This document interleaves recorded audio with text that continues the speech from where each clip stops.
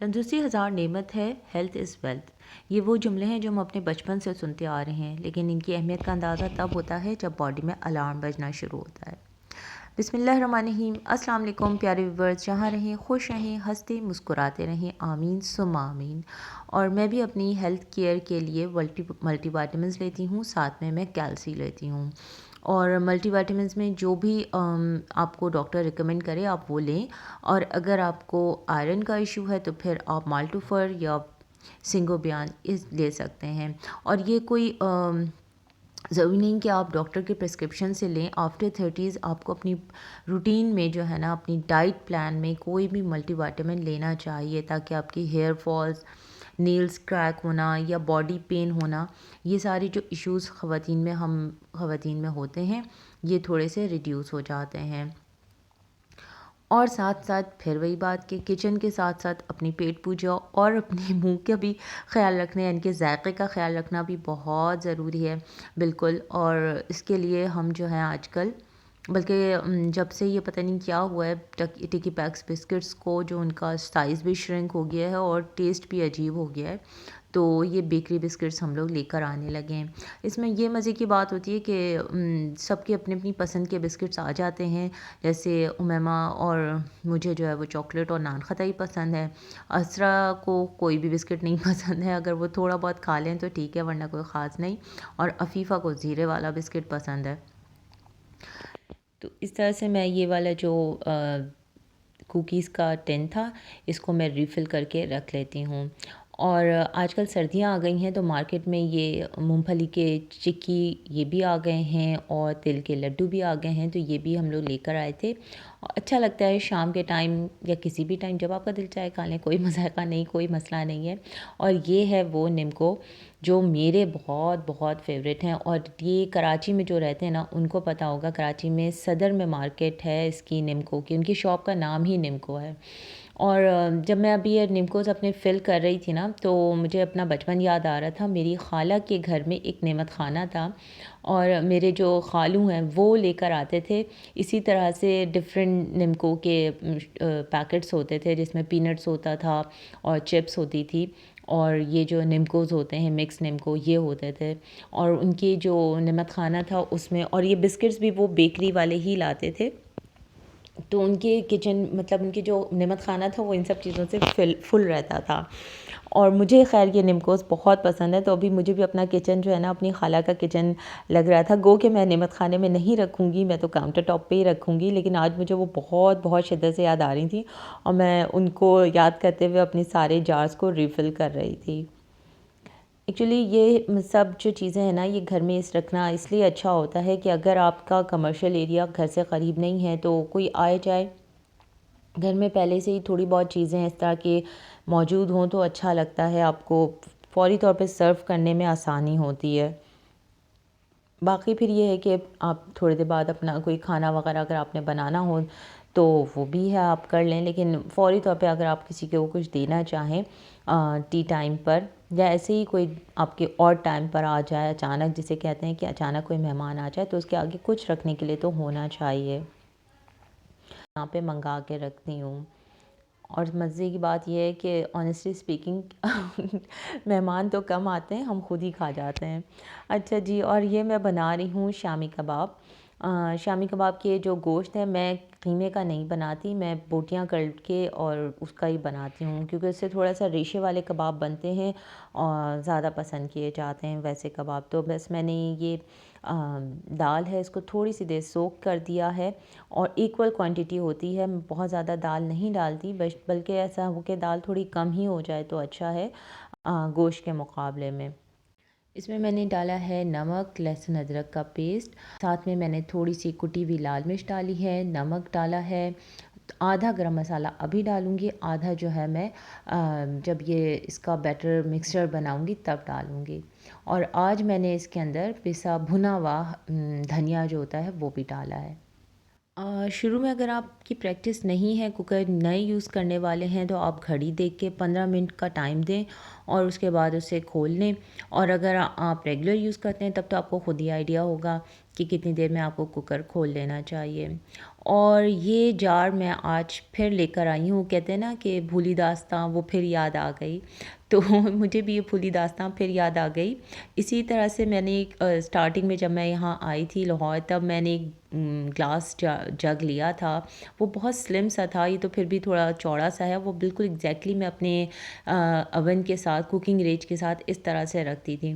और वो पता नहीं एक दिन किस तरह से उसको देगची से ठोकर लगी और पूरा तेल बह गया। साथ साथ जो है जार का नुकसान हुआ सो हुआ, तेल का अलग नुकसान हुआ। तो उसके बाद से फिर मैंने प्लास्टिक बॉटल में तेल को इस तरह से रखना शुरू कर दिया। और आज मैं फिर ये जार लाई हूँ, अब जग सॉरी ये लेकर आई हूँ। अब देखें मैं इसके साथ क्या करती हूँ, इसमें क्या रखती हूँ। ऑयल तो बहरहाल मैं नहीं रखूँगी। और ये भी जो है, मैं जब से लाहौर आई थी तब मुझे था कि मुझे यहाँ पे मुंडे लेने, लेकिन हमने पिछले घर में भी नहीं लिया और बस सोचते सोचते सोचते हम प्लास्टिक चेयर्स लेकर आ गए। वो बहुत सही रहती है, आप जहाँ बैठें अपने साथ खींच के ले जाएं। और चाहे टेरेस में हो, लॉन में हो या घर के अंदर एक्स्ट्रा चेयर चाहिए हो तो बहुत सही रहता है। लेकिन ये मुंडे मुझे मिल गए 1500 का पेयर। लाउंज में कोई भी चीज़ ऑरेंज और ब्लू पे है नहीं, लेकिन मैं इतना थीम वीम के चक्कर में पड़ती नहीं हूँ भाई। मुझे जो अच्छा लगता है ना, सबसे इम्पॉर्टेंट चीज़ है कि वो आपकी रेंज में मिल जाए। और अल्हम्दुलिल्लाह मुझे ये 1500 बिल्कुल अपनी रेंज के अंदर मिल गया। तो बस फिर मैंने कहा अब तो ले ही लेना चाहिए। इतने टाइम से ढूंढते ढूंढते ढूंढते अब मिला है, और बहुत अच्छे कैंस में है। मतलब इसका जो मटेरियल है ना, वो ऐसा नहीं है कि बस कोई थोड़ा सा वेट डालें और टूट जाएगा, अच्छा मज़बूत है। और मैं कर रही हूँ अपनी खिड़कियों की जो शीशे हैं इनकी ग्लिंट से क्लीनिंग, क्योंकि जो है ये मौसम तो अभी कोई इतना ख़ास ठंडा नहीं है, अल्लाह का शुक्र ही है। और स्मॉग तो बिल्कुल भी नहीं है, बिल्कुल नहीं है, अल्लाह का लाख शुक्र है। लेकिन ये होता ही है कि जब पूरी सारी खिड़की दरवाजे कमरे घर के बंद हो जाते हैं ना, तो एक थोड़ा सा शीशा कंडेंस सा होने लगता है। अब वो जब सुबह के टाइम हवा से उसकी जो नमी ख़त्म होती है शीशों पर, तो एक ऐसे पानी के ड्रॉप्स की तरह उस पर निशान आ जाते हैं। तो मैं हफ्ते में 2 दफ़ा शीशों को इस तरह से साफ़ कर लेती हूँ। और ये मेरा फ्राइडे का व्लॉग है। फ्राइडे को मुझे बहुत जल्दी होती है, इसलिए कि बच्चों की छुट्टी होती है 12:30 बजे। मुझे उससे पहले पहले अपने सारा काम कंप्लीट करके और स्कूल के लिए जाना होता है। मेरे पास 1 घंटा है, तो मैं उस हिसाब से अपना टाइम सेट कर लेती हूँ। इस तरह से अपने टाइम को सेट करके आप काम करते हैं ना, तो आपका काम जो है वो टाइम पर हो जाता है, और इतना आपको वर्कलोड फ़ील नहीं होता। अच्छा, मैंने इसको दोबारा एक दफ़ा खोल लिया है, क्योंकि मैंने पानी कम डाला था ताकि ये इसी में अच्छे से गल जाए और मैं इसमें घोट लूँ इसको, मुझे इसको चॉपर में ना चलाना पड़े। लेकिन अभी इसमें थोड़ा-सा पानी भी है और गोश्त में भी कसर है, तो मैं इसको एक दफ़ा और बंद करूँगी 5 से 7 मिनट के लिए, बस फिर मैं इसको छोड़ दूँगी। और पीसने का काम मैं आके करूँगी, क्योंकि फिर तो मेरे पास टाइम नहीं बचेगा। मैं यहाँ ड्रेसिंग की डस्टिंग कर रही थी, तो मैंने कहा चले मैं आपके साथ ये भी शेयर कर लूँ। विंटर में ना बच्चों की स्किन बहुत ज़्यादा ड्राई हो जाती है, तो ये विटामिन ई के कैप्सूल्स होते हैं। और ये वाला आई थिंक 250 या 200 का बॉटल होती है इस तरह से, इसमें बहुत सारे होते हैं। और आप एक कैप्सूल बस लेके और फेस पे या बॉडी में, हाथ पे, मुंह पे अपने भी लगा लें या बच्चों के लगा लें, तो स्किन रात में मैं ज़रूर लगा देती हूँ उन लोगों को और उमैमा को। बाकी तो खैर बड़ी हैं, वो खुद ही इतनी मुझसे ज़्यादा उनको अपनी स्किन की केयर होती है। तो उमैमा को मैं ज़रूर लगा देती हूँ, ताकि फिर अगर वो दिन में लोशन वगैरह ना भी लगाए तो स्किन ड्राई नहीं होती और ऐसे अच्छी मॉइस्चराइज रहती है उसकी स्किन। तो मैं अपनी भी लगाती हूँ। मैंने कहा चलें मैं आपके साथ भी शेयर कर लेती हूँ। ख़ासतौर पे जो हमारे कराची का वेदर है ना, वो बहुत ड्राई होता है। आप ऐसा लगता है पूरी बॉडी जो है ना वो पाउडर पाउडर हो गई है ड्राइनेस की वजह से। स्किन बहुत सॉफ्ट हो जाती है। और मैं बेडरूम्स के और सारे कमरों के डस्टबिन में इस तरह से शॉपर लगा के रखती हूँ, ताकि बाल वगैरह कंघी करने से के बाद जो टूटते हैं ना, तो वो कमरे में इधर उधर बिखरे ना हो, बल्कि सारे समेट के डस्टबिन में डाल दें। कमरे में डस्टबिन होता है तो बड़ा कन्वीनियंट रहता है, आपको बार बार जाके जो है वो मेन डस्टबिन में जो आपका गार्बेज बिन होता है उसमें कचरा डालना नहीं पड़ता। और आसकत में जो होता है ना, इधर उधर रैपर फंसाते, वो काम नहीं होता है, यानी कि करप्शन से बच जाते हैं आप। और फ्राइडे को मैं बिल्कुल मॉर्निंग में ही बेडशीट वगैरह चेंज करके कमरों में स्प्रे कर देती हूँ, ताकि जुम्मे की कुछ तो अहमियत का एहसास हो, बच्चों को भी हो। क्योंकि हम तो छोटे थे, हमारी जुम्मे की छुट्टी होती थी, मतलब सबकी जैसे अभी संडे की छुट्टी होती है, इतवार की छुट्टी जिस तरह से होती है, हमारे टाइम पे जुम्मे की छुट्टी होती थी और अब्बू भी घर पे होते थे और जल्दी जल्दी सारा कुछ करना होता था, क्योंकि फिर अब्बू जुम्मे का जुम्मा पढ़ने जाते थे और आने के बाद खाना खाना होता। तो हर कोई एक ना स्पीड लगी हुई होती थी नहाने की, अम्मी को खाना बनाने की, और सब काम टाइम पे जल्दी जल्दी ख़त्म हो जाए, क्योंकि ख़ुद को भी नमाज़ें पढ़नी होती थी। तो इस सब से लेकिन अब तो ख़ैर जुम्मा पता ही नहीं चलता, बल्कि अगर मैं स्कूल से वापसी में रश में फंस जाएँ, कहीं पे देर हो जाए, तो मुझे इतना अफ़सोस होता है, क्योंकि ज़ाहिर है कि ड्राइवर को जुम्मा पढ़ना होता है और उसकी नमाज़ अगर ना भी निकले तो बेचारे का खुतबा निकल जाता है, और मुझे ख़ुद ज़ाती तौर पे बहुत ज़्यादा बुरा लगता है। तो क्या कह सकते हैं, हमारी रियासत मदीना तो ना बने, एटलीस्ट जो है वो हुक्मरान हमारी जुम्मे की छुट्टी बहाल कर दें, कोई इसके ऊपर भी एहतजाज कर लेता। मगर क्या कर सकते हैं, चलें कोई बात नहीं, जो हम कर सकते हैं वो हमें कर लेना चाहिए। तो हम ये कर सकते हैं कि हम जल्दी से आकर नमाज़ पढ़ लें। तो बस अब मैं जल्दी जल्दी से अपना पर्दे वर्दे बराबर करके और फिर मैं जा रही हूँ बच्चों को स्कूल से लाने के लिए, फिर आने के बाद नहाना धोना होगा। बच्चों में भी ये आदत हम लोगों ने कोशिश की है कि आ जाए और वो जुम्मे का जो है पूरा एहतमाम करें, उसकी अहमियत का अंदाज़ा उनको हो। तो हम लोग भी कोई नया कपड़ा, रेगुलर वेयर्स की मैं बात कर रही हूँ, जब लेकर आते हैं अपना या बच्चों का, तो हम लोग जुम्मे को ही पहनते हैं, ताकि जुम्मे से मतलब उसकी इब्तिदा जो है वो जुम्मे से हो। नया कपड़ा पहन के जुम्मे की नमाज़ पढ़ें। तो मैं भी इसी तरह से जब लेकर आई थी अपने कपड़े, तो मैंने नहीं निकाले थे कि मैं जुम्मे को निकालूँगी, बीच के दिन में मैं लेकर आई थी ये।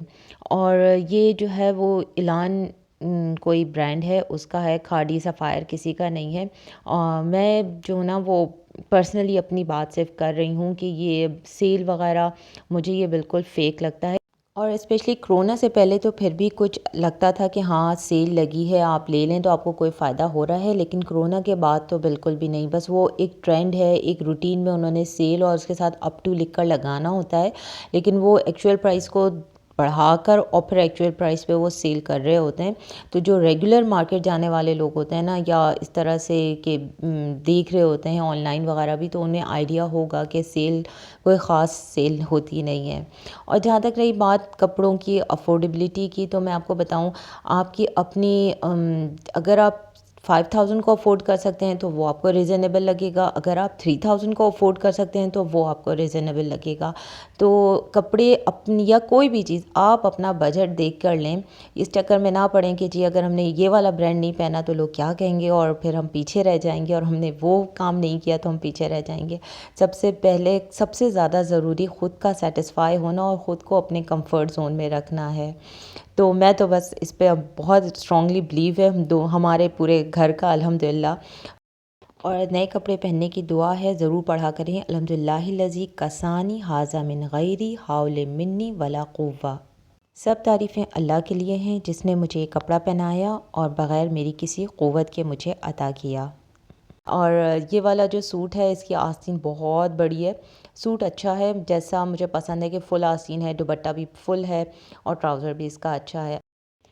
और फ्राइडे को जो है ना मेरा रात का सॉरी दोपहर का खाना बनाना बहुत कम होता है, या तो मैं जुमरात की एक दिन जो रात में जो मैंने बनाया होता है वही मैं दोपहर में चला लेती हूँ, क्योंकि नहाने धोने और इन सब में बिल्कुल भी टाइम नहीं बचता, या फिर मैं कोई इस तरह से हल्का फुल्का बना लेती हूँ और फिर खाना प्रॉपर जो भी मुझे बनाना होता है तो वो फिर मैं रात में या शाम में बनाती हूँ। और अभी मैं जो हूँ वो शामी कबाब बना लूँगी, इसका बर्गर बनाऊँगी, और शामी कबाब में मैं पुदीना, हरा धनिया, हरी मिर्च सब कुछ इसमें चॉपर में चॉप करती हूँ। लेकिन प्याज जो है ना वो आप चॉपर में चॉप ना करें, उसमें थोड़ा सा पानी आ जाता है, तो वो फिर जो है ना कबाब अच्छी बाइंडिंग नहीं होती, तो प्याज को मैं कटिंग बोर्ड पे ही कर लेती हूँ। और अब फ्राइडे को असरा तो दोपहर में नहीं होती हैं, वो आती हैं शाम में ही, तो बस मैं और दोनों अफ़ीफ़ा और मैमा हम ही लोग होते हैं, तो इसलिए भी मैं दोपहर के खाने पे इतना फ़ोकस नहीं करती, क्योंकि रात में फिर सब होते हैं तो अच्छा लगता है फ़्रेश खाना बनाना और खाना। और आजकल आ गए हैं नए आलू, और मैं इसको बग़ैर छीले ही फ्राइज़ बनाने जा रही थी, लेकिन जो मेरे बच्चे ना जब ये खाएंगे तो इतने वहमी है, इनको लगेगा कि मैंने जल्दी के चक्कर में इनके छिलके नहीं उतारे हैं, तो फिर वो उतार के खाएंगे, इसलिए मैंने इनके छिलके उतारे हैं। लेकिन अगर आप अच्छे से इसको वॉश कर लेना तो आधे छिलके उसी में ही उतर जाते हैं। मैं आलूओं को ना एक दफ़ा नमक वाले पानी से अच्छे से इसको नमक से मल के और फिर धो लेती हूँ। फिर फ्राइज़ ना बहुत क्रिस्पी से बनते हैं, यानी कि उनका स्टार्च निकल जाता है। तो बस जनाब अब मैं बर्गर बना रही हूँ और हम लोग तो अभी खा लेंगे, असरा जो आएँगी वो शाम में अपना फिर खाएँगी। तो अभी मेरा ब्लॉग यहीं तक था, इंशाल्लाह नेक्स्ट ब्लॉग में मुलाकात होगी। कुछ भी इसमें अच्छा लगा हो उसे ज़रूर अप्लाई करें, दुआओं को याद कर लें। मेरे लिए भी एक सदका जारिया बन जाएगा और अपनी दुआओं में मुझे और मेरी फैमिली को भी याद रखें। इंशाल्लाह नेक्स्ट व्लॉग में मुलाकात होती है, तब तक के लिए अल्लाह हाफ़िज़।